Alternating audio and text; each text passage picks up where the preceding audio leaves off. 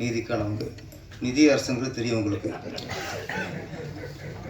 டோட்டலாக அப்படியே ஆப்போசிட் அவங்க. அதனால் ரொம்ப நீங்கள் கவனம் சொல்லணும். ஆமாம், நிதியரசு நிறையா நாட்டு நிறைஞ்சிருக்காங்க, நீதியரசு கம்மியாக இருக்காங்க. ஆமாம். அடுத்து உண்மையிலே விஷயம் இப்போ இந்த விஷயம் வெளியிட்டிருக்கு, நீங்களும் வந்து ரொம்ப சந்தோஷம். நாங்களாம் செந்தில் அண்ணன், நாங்கள் அன்புச்செழியன், இம்மான் அண்ணாச்சுன்னா நாங்கள் எங்கள் குடும்பம், எங்களுக்குள்ள வாழ்த்துக்கிறது எங்கள் கடமை. ஆனால் நீங்கள் உண்மையிலேயே வந்து வாழ்த்துறது எங்களுக்கு பெருமை. அப்புறம் செந்தில் அண்ணன் என்னோட படத்தில் ஒரு நடிக்கலை இது வரைக்கும், இதுக்கப்புறம் நடிப்பாங்க. ஆனாலும் எதிரும் ஒரு படத்தில் அந்த காமெடி ட்ராக் நம்ம எழுதுனது. ஆமாம், அதில் கவுண்டமணியனும் செந்திலனும் நடிச்சிருக்காங்க.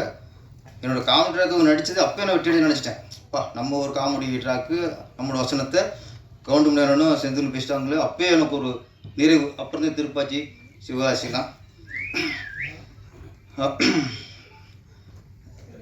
இந்த படத்தோட தயாரிப்பாளர் ரதிதேவி அவர்கள் ஒன்று சொன்னாங்க பேசும்போது, எனக்கு சினிமா ரொம்ப பிடிக்கும், இதற்காக எத்தனை முறை வேண்டாலும் நான் தோற்று கொண்டே இருப்பேன்னாங்க. நீங்கள் ஜெயிச்சு கொண்டே இருக்கணும். நீங்கள் எப்போதும் வாழ்க்கையில் ஜெயிச்சிட்டீங்க. ஏன்னா என்றைக்கு நீங்கள் மாமியாரை கூட்டு வந்து மேடையில் ஏற்றி சால்வை போத்துட்டீங்களோ அன்றைக்கி நீங்கள் வாழ்க்கையில் ஜெயிச்சிட்டீங்க. இந்த மாதிரி நிகழ்ச்சிக்கு மாமியாரை கூப்பிட்றதே ஒரு விஷயம். அது மேடையில் ஏற்றி சால்வை போற்றி அப்போ நீங்கள் சரியான ஒரு வீரப்பெண்னு சொல்லலாம், ஆளுமைன்னு சொல்லலாம், இது மிகப்பெரிய வெற்றின்னு சொல்லலாம். அதனால் கண்டிப்பாக நீங்கள் வாழ்க்கையிலே இந்த அளவுக்கு ஒரு சிங்கப்பெண்ணு சொல்லலாம், இன்னொன்று சொல்லலாம் உங்களை. அப்படி இருக்கும்போது கண்டிப்பாக நீங்கள் சினிமாவில் வெற்றி அடைஞ்சிருவீங்க. ஹீரோ ரொம்ப ஃபீல் பண்ணார், கதை நாயகி பாவம் அவரும் பில்டப் பண்ணியிருக்காரு. ஆனால் பகவதி பாலா வந்து ஒரு கௌரவமான இயக்குனர். ஏன்னா ஃபஸ்ட்டே கொண்டாந்த ஹீரோ நிறுத்திட்டா ஏதோ விமர்சனம் பண்ணுவாரோ, கலர் சரியில்லை, உயரம் சரியில்லை, அவ்வளோ நான் நினச்ச மாதிரி இல்லை, இப்படிலாம் சொல்லிடுவாருன்ட்டு ஃபஸ்ட்டு 35 வயசில் ஒன்று, அப்புறம் 45 வயசில் ஒன்று, இப்படி காட்டி காட்டி கடைசியாக எதை காட்டினாலும் ஓகேன்னு சொல்கிற அளவுக்கு கொண்டு வந்துட்டு கடைசி போய் காட்டியிருக்காரு. அவரும் ஒன்றும் சொல்ல முடியாது, ஏன்னா 30, 40, இப்போ தானே 18, 20 வயசில் காட்டுறாரு, ஓகேன்ட்டார். ஆனால் அங்கேயே நம்ம இயக்குனர் கௌரவமான ஆளாக இருக்கார். இல்லை ஏமாட்டோம் அப்படியா? ஆனால் உங்கள் கண்ணுக்கு அப்படி இருக்கலாம், எங்கள் கண்ணுக்கு ஹீரோனு கலையாக இருக்கு, ரொம்ப கலையாக இருக்குது. இந்த மாப்பிள்ளை பார்ப்பாங்க, நம்மளுக்கு 20 வயசில் பார்ப்பாங்க. பையன் போவான், மாப்பிள்ளை பார்க்க போவான். போனால் பார்த்துட்டு பொண்ணு கொஞ்சம் உயரம் கம்மியாக வந்துடுவான். அப்புறம் 22 வயசில் போய் பொண்ணு பார்ப்பான், அந்தளவுக்கு கலர் இல்லை, பொண்ணு வந்துடுவான். அப்புறம் 30 வயசில் காட்டுவாங்க, இப்போ பார்ப்பான், இல்லை ரொம்ப கொஞ்சம் குண்டாக இருக்குது அப்படின்னு வந்துடுவான். இப்படியே போயிட்டுருக்கோம். 30 வயசுக்கு மேலே இவனை பொண்ணு பார்க்க கூப்பிட மாட்டாங்க. ஏன்னா மாப்பிள்ளை வயசு 35 கூப்பிட மாட்டாங்க.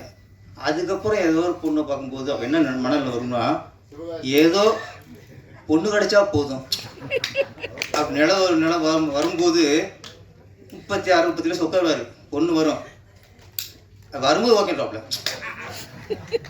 அது மாதிரி 38 வயசில் பொண்ணு பார்த்த கதை தான் நம்ம தில் நட்ராஜ் கதை.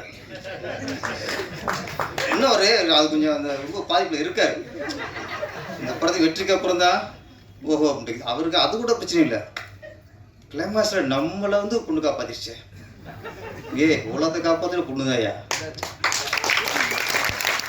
நம்மளை 10 மாதம் சுமந்து பெற்று உலகத்தை கொண்டு வந்ததே பொண்ணு தான். பொண்ணோட ஒரு ஆணை நேசிக்க முடியாது. மனைவியோட ஒரு அக்கறை வந்து வேறு எந்த பொண்ணுக்கு இருக்காது. அக்கா தங்கச்சி மாதிரி பாசம் வேறு எங்கேயுமே இருக்காது. எல்லாத்துலேயும் பெண்கள் தான். அதனால் பெண்கள் காப்பாற்றுனா அது நீங்கள் பாக்கியமாக நினைங்க முதல்ல. அப்புறம் இந்த படம் மச்சினிச்சு வச்சுக்கலாமா? ஏன் மச்சினிச்சுன்னா கட்டிக்க வேண்டியானே, அதெல்லாம் வச்சுக்கிறியே. தமிழ்நாட்டு நிறையா பேருக்கு இது வச்சுக்கிறதுல தான் போதை. கட்டிக்கிறது ஒன்று, அப்புறம் வச்சுக்கிறது ஒன்று. அது மாதிரி யார் கவிஞர் அது அதான் டைரக்டர் பண்ணுவாங்க. அவங்க ஹீரோயினி ஒரு ஹீரோ மச்சினிச்சு கூப்பிடு தப்பே இல்லை. வச்சுக்க வேண்டாம்னு அர்த்தம், கட்டிக்கிட்டு வச்சுக்கோங்க. ஓகேயா? அப்புறம் இந்த படத்தில் அப்புறம்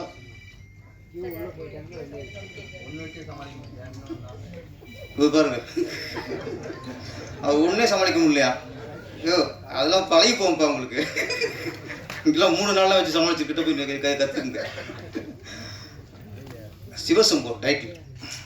நான் சுந்தர்சிக்கு வாழ்த்து நன்றி சொல்லணும். எனக்கு அண்ணன் சொன்னார், அதான் இங்கே பெருதுண்ணே பெரிய இயக்குனர் ஏன் வெட்டி அடிச்சிருக்காங்கன்னா உனக்கு கொடுத்துட்டாரு. ஒரு டைட்டிலையோ ஒரு கதையை யாராவது கேட்டு உடனே கொடுக்குறாங்கன்னா அவங்க உண்மையான திறமை அர்த்தம். ஒரு டைட்டில் தான், இதை விட்டு எனக்கு ஒன்றுமே வழி இல்லை அப்படின்னா உனக்கு ஒன்றும் இல்லைன்னு அர்த்தம். எனக்கு இந்த கதை போச்சுன்னா சில கதையெல்லாம் நம்ம நினைக்கிறவங்க வரும். ஐயோ என் கதை போச்சுன்னு உட்காந்தீங்க வாழ்க்கை முடங்கி போயிடும். ஒன்று போனால் ஐயா நான் திங்க் பண்ண முடியும் அப்படின்னா வரும். உண்மையான கற்பனையாளன், உண்மையான திறமைசாலி ஒரு கதையிலையும் ஒரு டைட்டிலும் முடங்க மாட்டான். அதனால் சுந்தர்சிக்கு வந்து இதுலேருந்து நம்ம நன்றியை சொல்லிக்கணும். இந்த சிவசம்போ அப்படிங்கிறது திருவண்ணாமலை என்னோடய படம் வந்து தெலுங்கில் ரீமேக் ஆச்சு.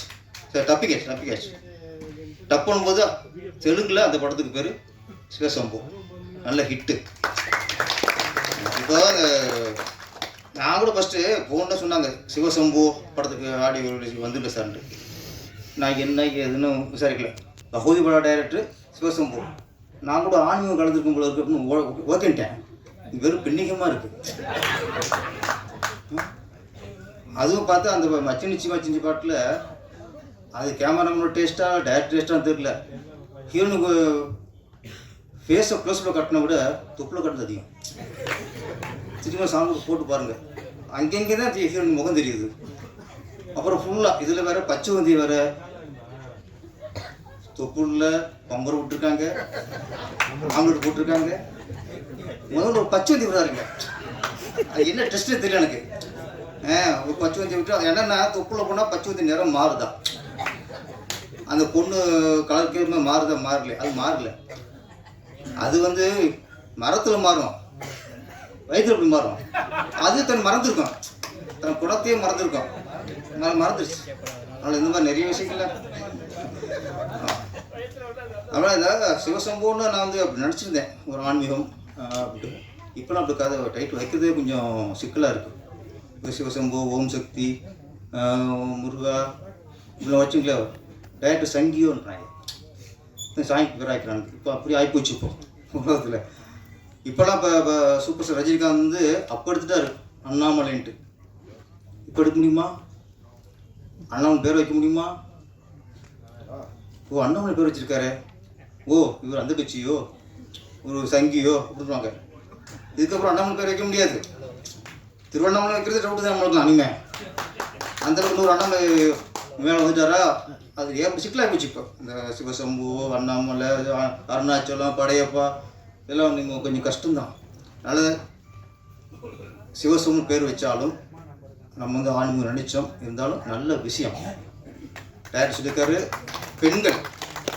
பெண்கள் நம்ம நினச்சிருக்கோம் பெண்கள் வந்து இன்றைக்கி விடுதலை அடைச்சிருச்சு, பெண்கள் வந்து இன்றைக்கி ஆணுக்கு நிகராக வந்துட்டாங்க அப்படின்னு நினச்சிக்கிட்டு இருக்கோம். இந்தியா சுதந்திரம் அடைச்சிருச்சு, இந்தியா ஒரு சுதந்திர நாடு என்பது எவ்வளவு பொய்யோ. சுதந்திரம் அடைச்சிருச்சு, சுதந்திரம் கொடுத்துட்டான், நாம் சுதந்திரமாக இருக்குமா? அதே மாதிரி பெண்கள் விடுதலை அப்படி தான். பெண்கள் விடுதலை நம்மளும் சொல்லிக்க வேண்டியதான், அவங்களுக்கு விடுதலை இல்லை. அன்னைக்கு காந்தியடிகள் சொன்னார், சுதந்திரம் அடைஞ்சதுக்கப்புறம் காந்தியடிகள் என்ன சொன்னார், என்னைக்கு இரவு 12 மணிக்கு பெண்ணு நகையெல்லாம் போட்டுட்டு தனியாக போகிறாங்களோ, தனியாக போய் அவங்க எந்த பாதிப்புலையோ அன்னைக்கு தான் நம்ம நாடு உண்மையாக சுதந்திரம் அடைச்சிருந்தார். இன்னைக்கு நைட்டு ஒரு பொண்ணு நகையெல்லாம் போட்டு தனியாக போச்சுன்னா நகையும் போச்சு, கற்பும் போச்சு. அன்னைக்கு நகை தான் போயிடுச்சு, இன்னைக்கு கற்பும் போயிடும். ஆனால் இன்றைக்கி நம்ம சொல்லிக்கிட்டோம், பெண்கள் தூக்கி கொண்டாடிக்கிறோம். இன்றைக்கி நாகரிகம் பெருக படிப்பு அறிவுலாம் கூட அன்னைக்கு இருந்ததை விட இன்றைக்கி பெண்கள் நிலைமை மோசமாக இருக்கும். அது ஒன்றும் ஒத்துக்கணும். அந்த விஷயத்தை தான் நம்ம இயக்குனர் பகவதி பாலா கூறியிருக்கிறாரு. இந்த பாட்டு ஒன்று வந்துச்சு, புரட்சி பெண்ணே புதுமை பெண்ணுன்ட்டு. கவிஞர் நாலு வரிகள் சூப்பராக இருந்தாங்க. என் பேர் கவிதா கூப்பிச்சாங்க. ஒரு வரிகள் அப்படியே பெண்ணினத்துக்கு எழுதப்பட்ட ஒரு வரி இவங்க நல்லா இருக்குமா. எனக்கு அந்த பாட்டை பார்க்கும்போது புதுமை பெண் இயக்குனர் இமயம் பாரதிராஜா அவர்கள் இயக்கிய புதுமை பெண் படத்தில் ஓ ஒரு தென்றல் புயலாகி வருதே காலதேவனின் தருமை எல்லைகள் மீறுகின்றதோ அந்த எஃபெக்ட். அதே மாதிரி அந்த பொண்ணு க்ளோஸ்அப் நிறைய க்ளோஸ்அப் யூஸ் பண்ணி இந்த மச்சிச்சு க்ளோஸ்அப் போடல, அதை இங்கேயும் யூஸ் பண்ணிட்டார். இங்கே க்ளோஸ்அப் தான் எல்லாருக்கும் இந்த முறைக்கு. இந்த பொண்ணு ரஜினாவுக்கு என்னுடைய வாழ்த்துக்கள். இந்த படம் மிகப்பெரிய வெற்றி அடைந்து கதாநாயகன் தில் நடராஜுக்கு அடுத்த படத்தில் இன்னும் நல்ல இளம் கதாநாயகன் ஒரு மன்மதலின்னு டைட்டில் வச்சுட்டு படம் எடுங்க. அப்போ ஒரு திருப்தி அடைவார் பகவதி பாலா. அந்த மன்மதலி 2 அப்படின்னு சொல்லிட்டு ஒரு 10-15 பொருள் போட்டு படம் எடுத்துருக்கீங்க. இல்லை என்ன நினச்சிக்காத வச்சு சொல்ல வந்தது இல்லை. சரி ஓகே இருந்தாலும் பரவாயில்ல. அடி இருக்கு கல்யாணம் ஆச்சா? நைட்டு கொஞ்சம் நோட் பண்ணிக்கோமா. 35-40 ஃபீல் பண்ணியிருக்காரு, நோட் பண்ணிக்கங்க. இந்த படம் மிகப்பெரிய வெற்றி அடைய வேண்டும். பகவதி பாலா 16 பெற்று பெருவாழ் வாழ்வுனால இது வரைக்கும் 16 படம் பண்ணிட்டாரு. இன்னும் நிறைய படங்கள் பெற்று டைரக்டர் ராமநாதன் சாருடைய பேர் அடிக்கடி அடிபட்டது. அவர் என்னோட குருநாதர். ஆமாம் அண்ணா உங்களை அவர் என்ன கூட சொன்னதில்லை, டைரக்டர் ராமநாதன் மாதிரி சொன்னதில்லை. ஆனால் உங்களை சொல்கிறாங்க, அது நான் பெருமைப்படுறேன். இன்றைக்கி என்னோட குருநாதர் பேர் இன்றைக்கி ஒழிச்சிக்கிட்டு இருக்கு, அதுக்கு நான் பெருமைப்படுறேன். அனைவருக்கும் நன்றி, வணக்கம். இப்போ வந்து சிடி வெளியிட போகிறோம். அதுக்கப்புறம் எல்லாருமே டிஃபன் நாங்கள் எல்லாமே ரெடி பண்ணியிருக்கிறோம், யாரும் சாப்பிடாம போயிட வேண்டாம். அதுக்கப்புறம் ட்ரெய்லரு சாங்கு பார்க்காதவங்களுக்கு திரும்ப போடுறோம். ஸோ பார்க்காதவங்க திரும்ப ட்ரெய்லர் சாங் பார்த்துருங்க, லேட்டாக வந்து பேசுகிறாங்க. ஸோ முடிச்சுட்டு எல்லாருக்குமே டிஃபன் ரெடியாக இருக்குது, சாப்பிட்டு தான் போகணும். நிகழ்ச்சியின் அடுத்த நிகழ்வாக இசைத்தட்டை வெளியிடும் விழா. இசைத்தட்டை வெளியிடுவதற்காக நமது படத்தின் கதாநாயகன் நடராஜன் சார் வெளியிட, அதனை பெற்றுக்கொள்வதற்கு ஜஸ்டிஸ் எஸ்கே கிருஷ்ணன் சார், நீதியரசர் அவர்கள் மற்றும் டைரக்டர் பேரரசு மற்றும் மேடையில் உள்ள அனைவரையும் அழைக்கின்றோம்.